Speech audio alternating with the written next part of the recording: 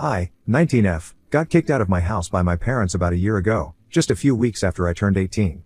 That's not even the worst part. It happened to be right around the time of finals week in high school and I pretty much had nowhere to go.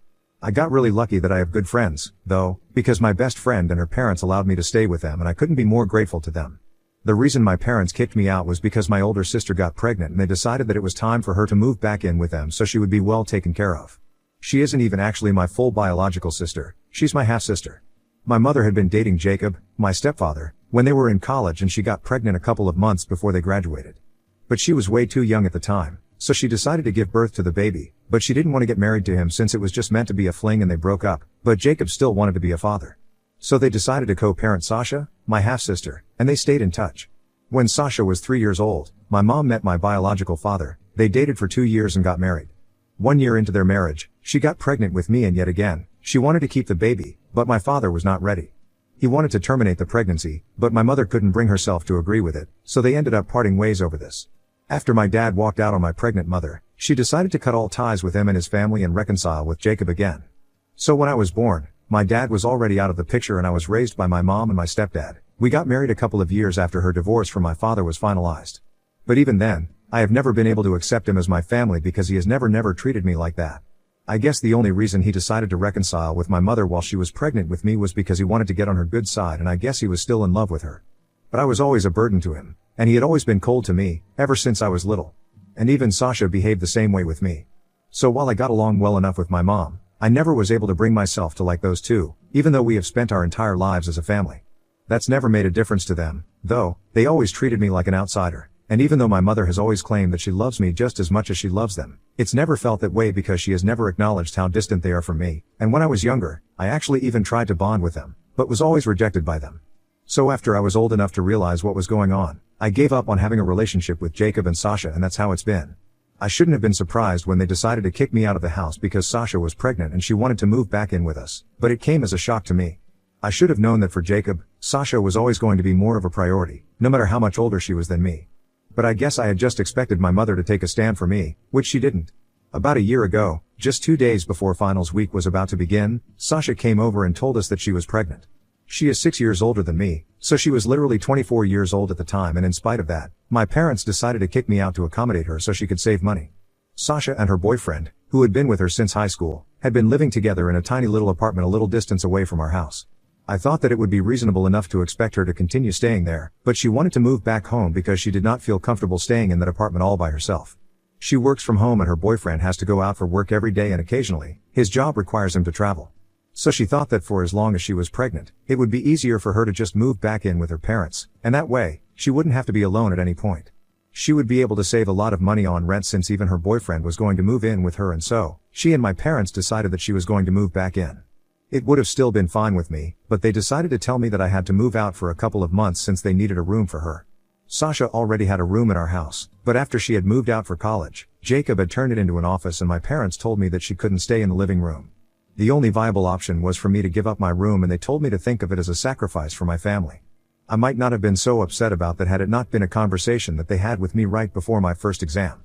I was already pretty stressed out because I had to prepare for a test and I had a bunch of exams coming up in the next 2 weeks, but all they cared about was Sasha and her pregnancy. So I put my foot down and told them that I was not going anywhere because Sasha had never been my family. She had never treated me like family, so I didn't need to make any sacrifices. My parents tried to reason with me, but I thought that they were being crazy and I continued to argue with them until they finally snapped. Jacob told me that I had to leave by the end of the week or else I would be kicked out and nobody could stop him since I was an adult and he was free to choose whether he wanted to let me live in his house or not. I thought that my mother would defend me, but she told me that Jacob was right and they needed to make space for their real grandkids, so they didn't have the time or energy to fight with me on this and I just had to do as I was told. The fact that my mom used the phrase real grandkids just confirmed what I had already believed and known for years, that my mom, Sasha, and Jacob were a little family of their own, and I had always been an outsider and would always be treated like one. I was very upset, so I decided to start packing my bags instantly, without even caring about the fact that I had an exam the next day.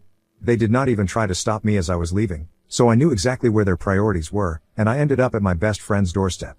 When I explained everything to her and her parents, they told me that I was welcome to live with them and I could live with them for as long as I wanted to. A lot of you might be wondering why I did not approach any family members, but let me just clarify, I don't really have any family that I know. Jacob's family is just like him, they don't like me at all, and I knew it would have been pointless to approach them because helping me out would be the last thing that they did. And as for my mom's side of the family, I haven't ever known them. Apparently, her parents and the rest of our family had cut her off when she first got pregnant with Sasha because they wanted her to focus on getting her degree and didn't want her to go through with the pregnancy because she was just too young. But she went through with it anyway, and since then, nobody from her family has ever spoken to her. They were not even there at her wedding to my father, nor were they there when Sasha, or even I, was born. At least that's what she told me, so I didn't think that I had any family that was going to be able to help me out, so I had to approach my friends instead. After I got kicked out and started staying with my best friend and her family, I constantly expected my mother to reach out to me. I did not have any such expectations from Jacob or Sasha because I knew that they never cared about me and they were probably happy that I had left since I never fit in with their perfect little family. But the fact that not even my mother decided to reach out to me after I had left is what really hurt me, and after a couple of months, I decided to give up hope altogether. A full year has passed since then, and I have heard from a couple of my friends that Sasha has given birth a few months ago, and she and her boyfriend have been posting about how they are proud parents to their daughter. The three of them are still living with my parents, presumably because they want to save money on rent. I couldn't care less about it, to be honest.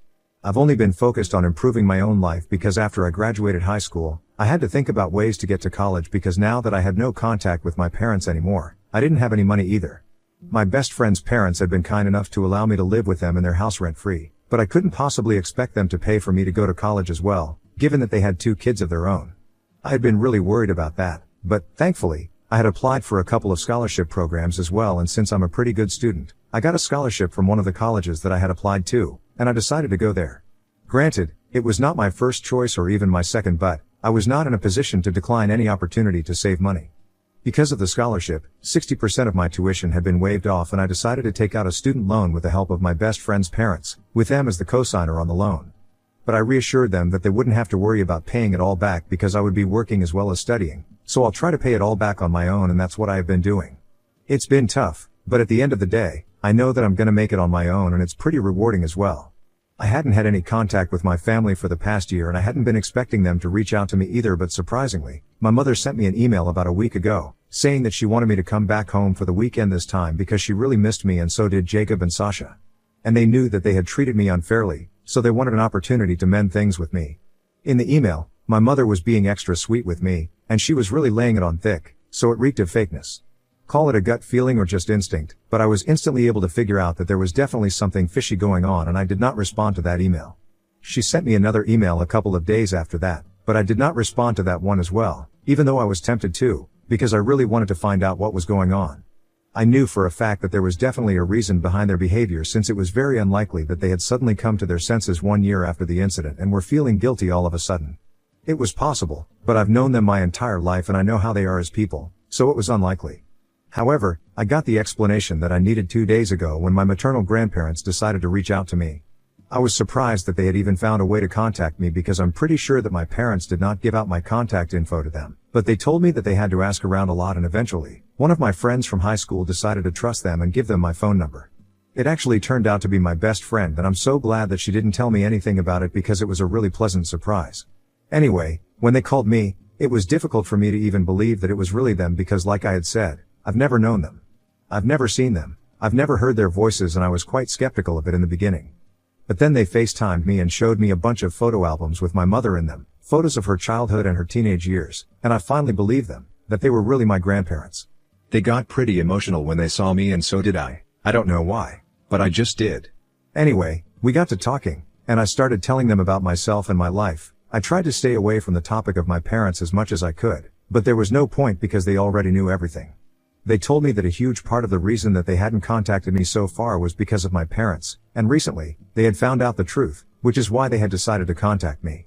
I was really confused about what that meant because, as far as I knew, my grandparents had cut my mother out of their lives and had never stayed in touch with her after she got pregnant the first time around. And that was all I knew because that's what my mother had told me, but apparently, there was more to the story. So the reason that they hadn't been on speaking terms for so many years was not because they were opposed to the idea of my mother giving birth to Sasha at such a young age, but because they were opposed to her relationship with Jacob. And my mother had been telling me a bunch of lies about her own parents because she wanted to preserve Jacob's pristine image. My grandparents had been quite supportive of the pregnancy and had told her that it was her choice whether she wanted to have the baby or not, but they were not fine with her relationship with Jacob because, at the time, he used to be quite a well-known addict. They had grown up in the same neighborhood, went to the same high school, and ended up in the same college as well, So my grandparents were well aware of what Jacob had been up to since high school and did not approve of his relationship with my mom. So they had given her an ultimatum that they were ready to support her throughout the pregnancy and even after it because she would obviously need the financial support from them. But their only condition was that she would have to break up with Jacob because they did not want her to be influenced by him. After giving it a lot of thought, my mother decided to break up with Jacob because no matter how hard he tried, he was just unable to clean up his act. I think it was in her best interests, but I guess she started resenting them. They managed to get full custody of Sasha when she was born, and Jacob would only get supervised visiting rights for the first couple of years. Gradually though, he was able to finish his degree and get clean, but my grandparents still did not fully trust him and they were right because he would relapse every couple of months and he was still not good for either my mom or Sasha. So they set my mother up with my father, who happened to be the son of a family friend, and after seeing each other on and off for a couple of years, my mom got married to him because she had given up hope that Jacob would ever get better. But I don't think she was ever truly able to move on from him because 1 year into her marriage, she went back to Jacob and they started an affair.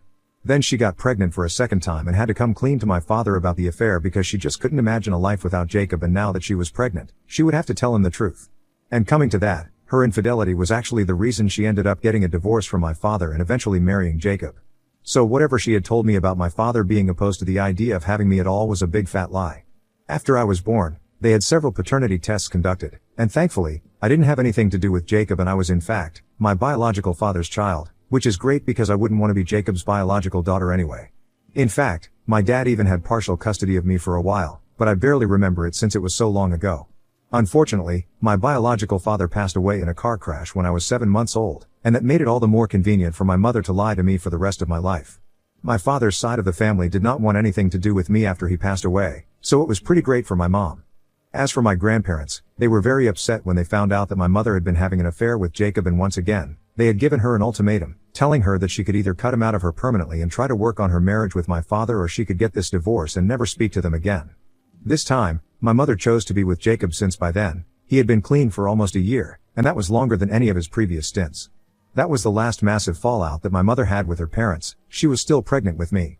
After that, they did not speak to each other until I was born, when my grandparents softened up and decided to reach out to her so they could see me. But at the time, Jacob was not ready to play along and be a happy family with my grandparents because of the way that they had been treating him previously, so my mother also rejected their attempts to reconcile. My grandparents did not give up though, they continued to try and talk to my mother every few months, but she never accepted them back into her life. This went on for a couple of years when Jacob and my mom hit a rough patch financially and couldn't afford rent. With nobody else to rely on, my mom had to reach out to her parents, and my grandparents decided to buy her a house so she wouldn't have to worry about rent ever again. My grandparents thought that this grand gesture would get her to speak to them again and maybe they would even be one happy family, but that didn't happen. This was almost 6 years ago, when my family and I moved into our new house, and it was a huge upgrade from the apartment that we used to live in. I had always wondered how my parents had been able to afford a house like this because it looked pretty expensive and it was also located in a pretty nice neighborhood. My mom is a receptionist and Jacob worked in sales, but like I said, his company had been going through a rough patch and it was quite unlikely that they had been able to afford a house like that since it was quite out of their budget. But now I know how they were able to afford it. It was all thanks to my grandparents. My parents, being the thankless people that they are, still did not try to rebuild their relationship with my grandparents. Both my mother and Jacob knew that my grandparents had paid for the house, but my mother told my grandparents that they were still not ready to reconnect with them and they needed some time and space to think about it because they had not been on speaking terms for a really long time, and emotionally, it was quite difficult for them to deal with so much at once.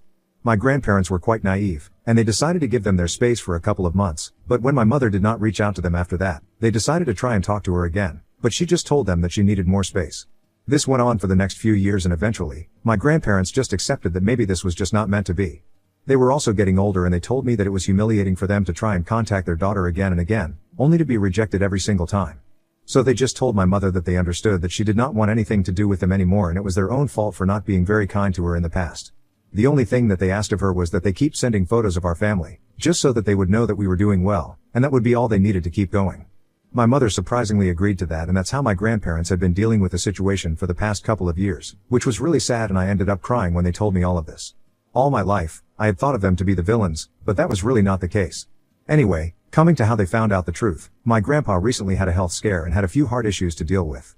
When that happened, he and my grandma decided that they could no longer pretend that everything was fine and that since they were not getting any younger, it would be necessary to fight against the circumstances so that at least before they passed away, they'd be able to have the satisfaction of knowing that they tried their best to reconcile with their family. So a couple of weeks ago, they just randomly decided to drop in at my mom's house, which is technically their house since they paid for it and it's their name on the deed. And when they visited, my mother had no other option but to let them in and entertain them. They found out that they were great-grandparents now since Sasha had had her kids. But when they asked about me, my parents got really awkward and didn't know what to say. So they told them that I was away at college and it was probably not a good day to contact me right now because I was in a really fragile state due to exams and stuff. They were not even able to come up with a fake college name for my grandparents, and that's when they started to think that something fishy was going on. They had a gut feeling that my parents had screwed up in some way and decided to speak to our neighbors after they left the house, and that's how they found out that I hadn't been living with my parents for the past year after I had been kicked out for some reason. My neighbors didn't know the exact reason, but they had a son who went to school with me and he told my grandparents that I had been staying with my best friend for a while, so they might know something. And that's how my grandparents contacted my best friend and eventually got to know what had happened with me. When they found out the truth, they were naturally furious, and now, they had told my mom that she needed to vacate the house with her family because they needed to make space for the only real grandkid that they had. And I've got to say, it was retribution at its finest because those were the exact words that my parents had said to me, and my best friend made sure that my grandparents knew exactly which nerve to hit. All of a sudden, it made sense why my parents were trying to reach out to me and make amends because they were about to lose their home. The only reason my grandparents had waited for a couple of days to contact me even after they found out everything was that they were afraid of how I would react, but eventually, they just decided to go for it because they had wasted a lot of years anyway, out of fear of how my mother would react. And now, they wanted to do the right thing. However, my grandparents also wanted me to have an opportunity to decide what I wanted, so they told me that if I wanted to give my family a chance then they would still allow them to live in that house, and if I wanted them out, then that's what would be done. Apparently, even when they had visited, nobody in the family seemed happy to be seeing them, and I was the only person who genuinely seemed interested in having a relationship with them.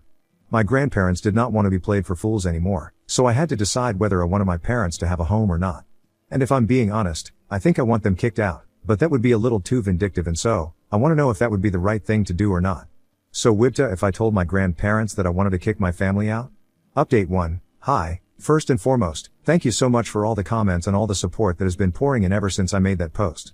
It really means the world to me, and you guys can't imagine how much I appreciate it. Coming to my decision, I have decided that I want my family out of that house. I communicated that with my grandparents a couple of days back, and right now, they're in the process of evicting my family. Of course, there's a lot of legal stuff that I don't need to bother myself with, according to my grandparents. And there's also a lot of emotional manipulation that my parents and mostly Sasha have been trying to do, but my grandparents are immune to it because after speaking to me, they found out exactly what my mother had been saying about them and what she had been teaching their grandkids about them. So they don't have any sympathy to spare for them, and to be honest, Sasha and her boyfriend are working individuals. I'm sure they can arrange something for themselves like loads of other people in the world do. And the same goes for my parents, so I don't think I need to feel bad about anything. After all, it's not like they had felt bad for me when they kicked me out, knowing that I was just 18 and I was still in school at the time. Regardless of that, I was still able to do well academically, even though it had happened right before my exams. As for my college tuition, I told my grandparents that they didn't have to worry about it, but they told me that they would be taking care of whatever student loan I had taken out and apologized to me for not being there for me earlier. We have a lot to talk about and we have a lot to make up on, but right now, things are going pretty well. Update 2. Hi. So a couple of weeks ago, my grandparents initiated the process of evicting my family, and they have until the end of next month to leave. My mother is not happy about it, and she felt like it was her duty to let me know.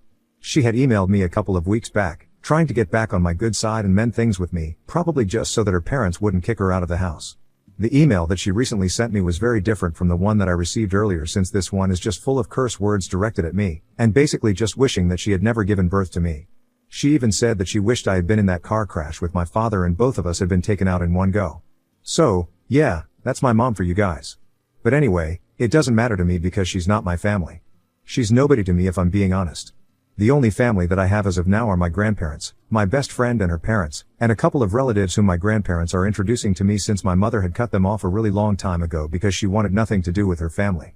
It's kind of all in a very weird place right now, but I know that I'll get used to it eventually. Update 3. Hi. So the holidays have just started, and this time, I have come back home to my old house. It feels weird to be back here since my family moved out a really long time ago. I don't know what they have been up to, and neither am I interested in it. But my grandparents have been staying here since they left, and they have done up the place quite nicely, and even my room feels like home once again.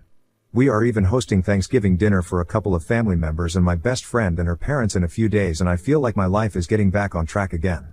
I'm really happy, and I just wish that I could feel like this forever.